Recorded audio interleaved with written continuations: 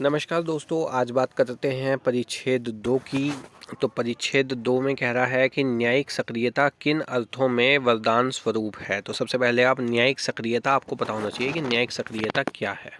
ठीक है, इसके लिए इतिहास में कुछ पन्ने पलटने होंगे। 70 के दशक के अंत में न्यायालयों द्वारा यह महसूस किया गया कि गरीबों की समस्याएं उन समस्याओं से अलग हैं जिनका समाधान अब तक न्यायालयों द्वारा किया जाता रहा है। मतलब जो न्यायालय जो समस्याएं अब तक आती थी, अब गरीबों की समस्याओं का समाधान उससे थोड़ा अलग है।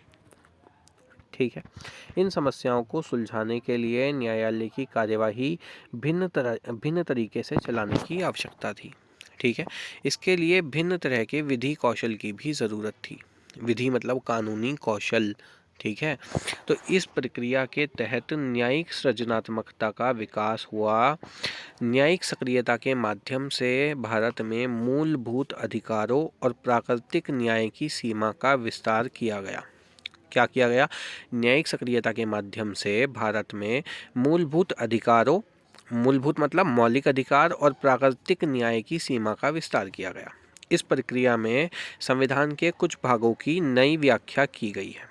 गरिमापूर्ण जीवन का अधिकार, आपराधिक मामलों में विधि सहायता, अभिरक्षण संस्थाओं में उचित बर्ताव, मुकदमे की त्वरित सुनवाई, बर्बर और अन्य अमानवीय बर्ताव के खिलाफ संरक्षण जैसे अधिकार इसी प्रयास में लोगों को प्राप्त हुए।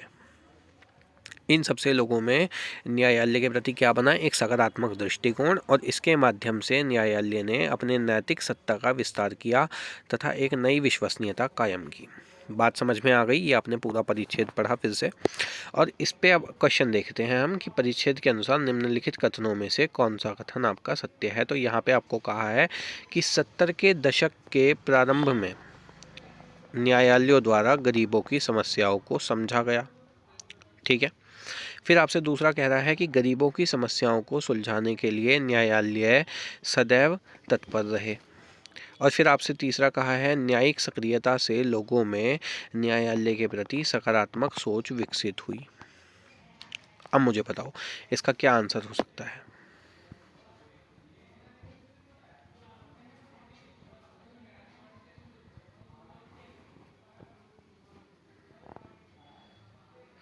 देखो यहाँ आपको लाइन दिख रही है कि इन सबसे लोगों में न्यायालय के प्रति सकारात्मक दृष्टिकोण बना। तो सबसे उपयुक्त कौन सा होगा?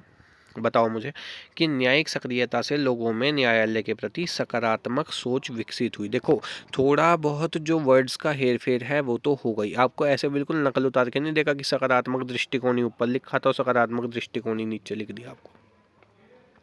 लेकिन आपको चीज़ों को समझना पड़ेगा, परिच्छेद में कहना क्या चाह रहा है, इस चीज़ को समझ के चलना पड़ेगा आपको।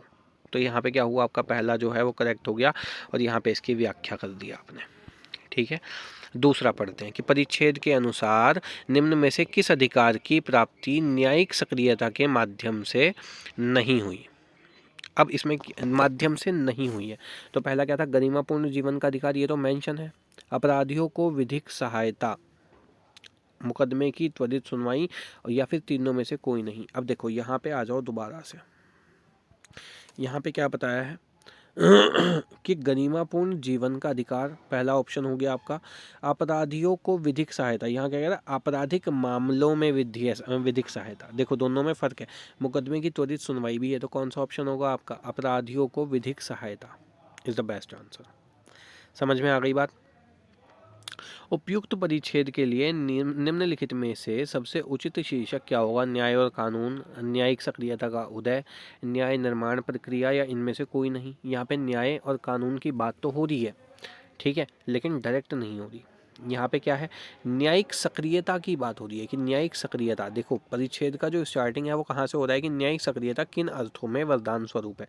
आपको मोस्ट अप्रोप्रिएट ऑप्शन लगाना है। हो सकता है आपको वहाँ पे दो सही लगे, तो जो दो में से जो बेस्ट अप्रोप्रिएट जो ऑप्शन है वो क्या है आपका, वहाँ देखने का नज़रिया यही होना चाहिए आपका। तो यहाँ पे क्या है? न्यायिक सक्रियता का उदय। और तीसरा क्या है? न्याय निर्माण प्रक्रिया। यहाँ पे कोई न्याय का निर्माण करने की प्रक्रिया थोड़ी बात कर रहा है वो परिच्छेद में। तो आपका आंसर क्या होगा? न्यायिक सक्रियता का उदय। इस तरीके से आपको परिच्छेद को सॉल्व करना पड़ेगा। हाँ, एक बात है कि आप एग्ज़ाम में जाने से पहले कम से कम 25 से 30 क्वेश्चन इस तरह के कर लीजिए। ठीक है, अलग अलग पैसेजेस पे 25 से 30 क्वेश्चन आप कर लीजिए तो आपकी प्रैक्टिस एक अच्छी प्रैक्टिस हो जाएगी। धन्यवाद।